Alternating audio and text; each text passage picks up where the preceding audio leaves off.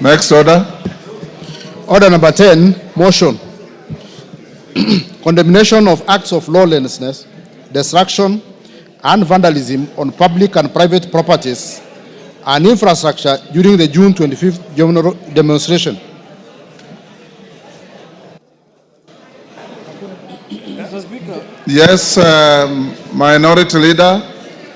Mr. Speaker, I rise to move motion on condemnation of acts of lawlessness, destruction, vandalism on public and private properties and infrastructure during the June 25th demonstrations.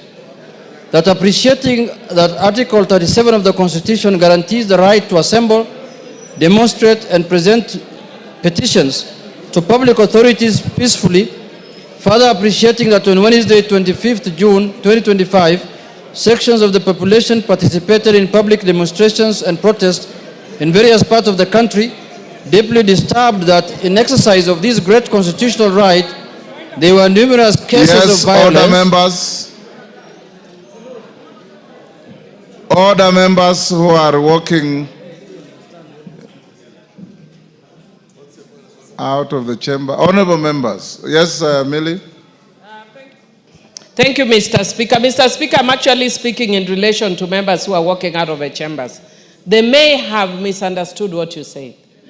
As soon as we get quorum, we proceed. We only don't proceed if there is no quorum. So I'm requesting members, wherever you are, please come into the house. Yes. We only need you 20 more. Please come back into the house. In fact, if you get quorum, I'll curtail the debate on this motion. You vote, then we carry on. Go on, Jeanette. Order. Go on, Jeanette. Mr. Speaker. Start afresh. You know, when members, when they want to come to this house, Mr. Speaker, yes, they really want to come and sit on these chairs. Yes. When they get an opportunity to sit on these chairs, Mr. Speaker, their buttocks cannot hold these chairs. They just want to run out, Mr. Speaker. I don't know what they're looking for. Mr. Speaker, there are numerous cases of violence, arson, invasion into both private and public premises, attacks on innocent wananchi and security officials, most of police officers, and further deeply disturbed that demonstrations destroyed and vandalized both public and private properties and infrastructure, including courts, administration offices, shops, businesses, business premises, homes, and supermarkets in various parts in the country, including Nairobi, Kikuyu, and Kalau. Among other places, alarmed by attempts by demonstrators to enter girls' schools, including State House Girls, Nairobi, now therefore the House 1, condemns in the strongest terms the deliberate destruction of public and private property and infrastructure during demonstrations, including court records. 2, express grave concern over repeated incidents of violence targeting civilians and public officers, including security personnel. 3, affirms and acknowledges the right of every citizen to demonstrate, protest, and express dissent, while emphasizing the need to protect life, livelihoods, and property. And 4, calls upon the Inspector General of Police and the Directorate of Criminal Investigations to immediately and expeditiously investigate the acts of lawlessness and bring to justice those found culpable, including current and former politicians who are involved in the planning, mobilization, financing, and incitement of mobs, goons, and criminals. Mr. Speaker, the country is fully aware of what happened yesterday. And all of us are aware. Order, honorable members. Given order members, order Mandazi. Honorable members, given what happened yesterday, it should be a concern to all of you. Either you are affected or you know somebody affected. I would expect you to be listening in silence and making a contribution that helps us move forward as a country. The manner in which you are loudly conversing, holding illegal kamkunjis on the floor, Rindikiri, that kamkunji is illegal.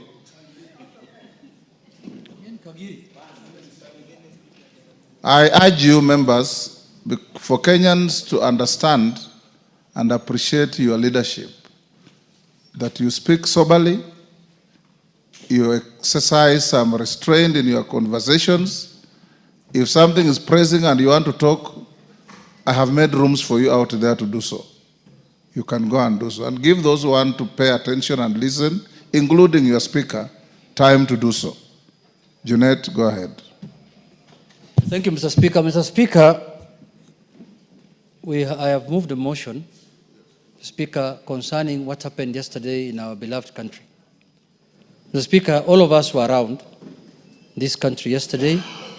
We had a sitting of Parliament yesterday, a morning sitting where we passed very important business of the country. But Mr. Speaker, as explicitly written in the motion, Kenyans have a right to demonstrate. Under Article 37, every Kenyan has a right. And one of the things we have given ourselves to in the new constitution, Mr. Speaker, is the strongest Bill of Rights in the world, Mr. Speaker. Mr. Speaker, secondly, I sympathize and empathize with the people who lost lives in the demonstrations of yesterday and the previous ones. It is not good for Kenyans to lose their lives in that kind of manner. So we sympathize with them and we want justice for them, Mr. Speaker, so that anybody who might have committed any crime to be brought to book. But having said, Mr. Speaker, what happened yesterday in our country was not the normal demonstrations. It was not a GenZ demonstration, Mr. Speaker. It was a political event that was meant to overthrow the constitution and the existing governance of this country, Mr. Speaker. Mr. Speaker, you can see the way people have been mobilized. We have been demonstrating since independence, especially people like me who belong to ODM. Mr. Speaker, when you want to demonstrate nationally, you allow everyone to demonstrate in their respective areas, in their respective counties and sub-counties. You don't move people from one county to come to Nairobi to demonstrate. That kind of ethnic mobilization that we saw yesterday was something else. It was not a demonstration, Mr. Speaker. Why do you carry people all the way from Kiambu, from Thika Road, from up there, Thika, Muranga, Juja, to bring them to Nairobi to demonstrate, as though there are no people living in Nairobi, Mr. Speaker? What happens if I had to carry people from Migori and Homa Bay to bring them here to demonstrate?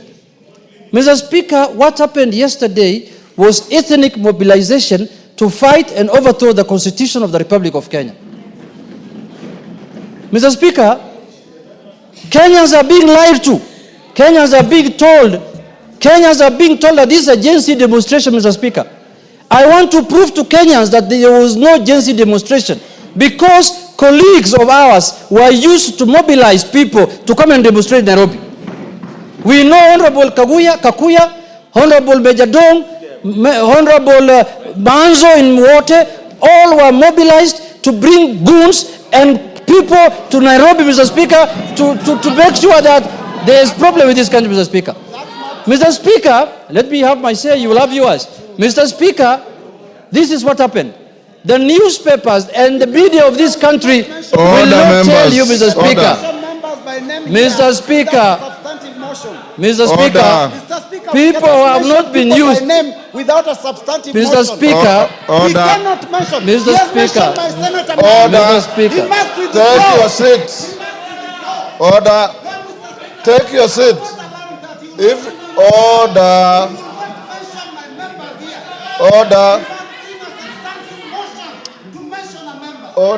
Robert Mbui. Order, Robert Mbui. Take your seat. That is not how to make your point. Take your seat. Take your seat. Robert Mbui, take your seat. Order, members. Order, members. Order, members. Robert Mbui. Order, members. Honorable Robert Mbui. Order. Order, honorable members. Honorable Robert Mbui. The Speaker knows only too well what the standing orders say. In fact, I drafted them. And I don't need you to raise your voice and bang tables for me to enforce them. He was in the middle of a statement and I was going to stop him. So far, he had not order. I need no assistance from any one of you. Honorable Robert Mbui, you have a point, but you can prosecute it honorably and decently. All you needed to do was rise on a point of order and say what you are saying without belligerence, without banging tables, and the way you are behaving is like you are going to go physical with your colleague. That is not you. That is not you. Honorable Junet, you only mention your colleagues adversely after you have brought a substantive motion to the House. Saying that members were involved is sufficient. Go ahead. Mr. Speaker, why do I say so? Mr. Speaker, the media of this country, Mr. Speaker, will tell you that the demonstrations were organized by Gaucho. They will tell you the demonstrations were organized by Gaucho. They will tell you they were organized by Matakwei. They will tell you the demonstrations were organized by Sakaja. They will not tell you the real culprits, the people who are organizing these demonstrations, Mr. Speaker. So it is incumbent upon us as people who have to discuss matters of national importance, Mr. Speaker, to tell Kenyans the truth, Mr. Speaker. Mr. Speaker, what happened yesterday was very clear. Mr. Speaker, it was not a GenZ demonstration. It was a demonstration that was organized politically in this country, Mr. Speaker. And you can see where it happened. It took place in Nyeri. That is where Gachagua comes from. It took place in Madira. It took place in Kisii. Mr. Speaker, the standard that has been set, the standards that has been set by Gachagua in this country is that if you want to qualify to become a presidential candidate in his so-called opposition alliance, you must do as much demonstrations as you can. He has given them a benchmark that for you to qualify to become a presidential candidate in their team, you must cause anarchy and you must do demonstrations, and that is how you are going to qualify to become one, Mr. Speaker. And destroy property. Mr. Speaker, this ethnic mobilization in this country must end. Demonstrations must be for all Kenyans. Why do you destroy the property and the livelihoods of your own community, Mr. Speaker? Mr. Gachagua. Mr. Speaker, you can see the kind of planning that has been put into this matter. You can see the kind of money that has been paid to this matter, Mr. Speaker. Mr. Speaker, we must call a spade if we are to save this country, Mr. Speaker. Mr. Speaker, I am standing to move them. Mr. Speaker, yes, my second point. Order. Yes, Wanjiku Moya, what is it? Honorable Speaker, you just ruled few minutes ago that Honorable Junet should substantiate when he's mentioning the names of persons on this floor. Was Honorable Rigathi in Homa Bay? Was Honorable Rigathi in Mombasa? Was Honorable Rigathi in Kakamega? Was Honorable Rigathi everywhere? Order, Honorable Wanjiku.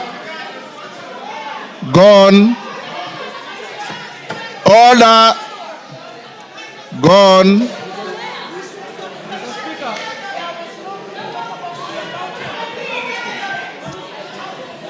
Mr. Speaker, I want to tell Honorable Muya that there was no destructions of property in Homa Bay. There was no destruction of property in Kisumu. There was no destruction of property in Kisii. But there was destruction of property in Nyeri. There was destruction of property in Nyandarua. There was destruction of property in Kikuyu. There was destruction of property in Nyamakima. That tells you who the chief goon is. The chief goon is Mr. Gachagua, Mr. Speaker. Mr. Speaker, we must call a spade today. We must call a spade today, Mr. Speaker. You can see, Mr. Speaker, this is one man who is holding his community hostage, Mr. Speaker. He has decided to use his community and destroying their property and making and impoverish them in this country, Mr. Speaker. This is the Lord of poverty.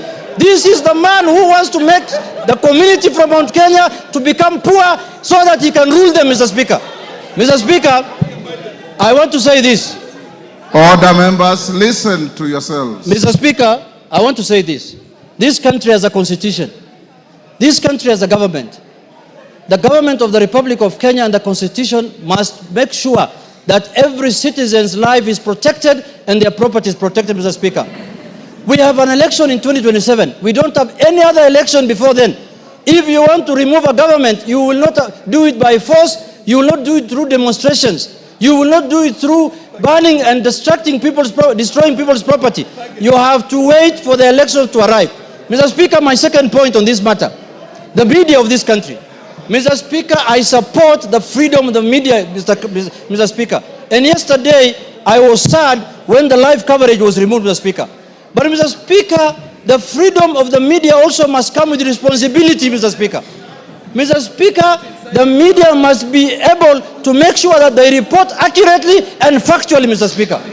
Mr. Speaker, for example, what is happening with the Standard newspaper and the KTN, Mr. Speaker? This is a media house that is hell-bent to create genocide in this country. We have, as a house, Mr. Speaker, we have to interrogate the issue of politicians owning media houses in this country, Mr. Speaker. I'm aware one Honorable Gideon Moi is the owner of Standard newspaper and this KTN, Mr. Speaker. Mr. Speaker, he cannot use his media house to settle political scores unless or otherwise he wants to become like Felician Kabuga of Rwanda, Mr. Speaker, who has caused genocide. The Felician Kabuga of this country now is Honorable Gideon Moi, Mr. Speaker, because he's using his media house like the way Radio Mill Collins was used in Rwanda to cause genocide, where 800,000 people were lost, Mr. Speaker. We must call a spade, Mr. Speaker. The media house, the media must enjoy their freedom. The media must be allowed to do their work. The media must be allowed to exercise their constitutional rights, Mr. Speaker. But the media that is owned by politicians who are trying to use their media houses to settle political scores, Mr. Speaker, we must call them out here because they will cause genocide in this country, Mr. Speaker. I am told Gideon Moi is the one who used to keep Felician Kabuga in Kenya when his father was the president. And he was hiding here for, maybe he learned those bad manners from Felician Kabuga, Mr. Speaker. Mr. Speaker, I want to say this. Yes, Kagusha, what is it? Honorable Kagusha.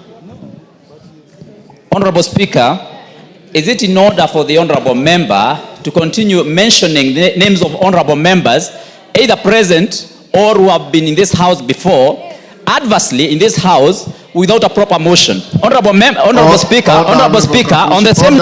Take your seat. Honorable Kagusha, you have been a Speaker of Account Assembly before. Take your seat. Take your seat. Take your seat. Honorable Kagusha, you have been a Speaker of Account Assembly before. The standing orders that we wrote for this house are applicable where you are Speaker. When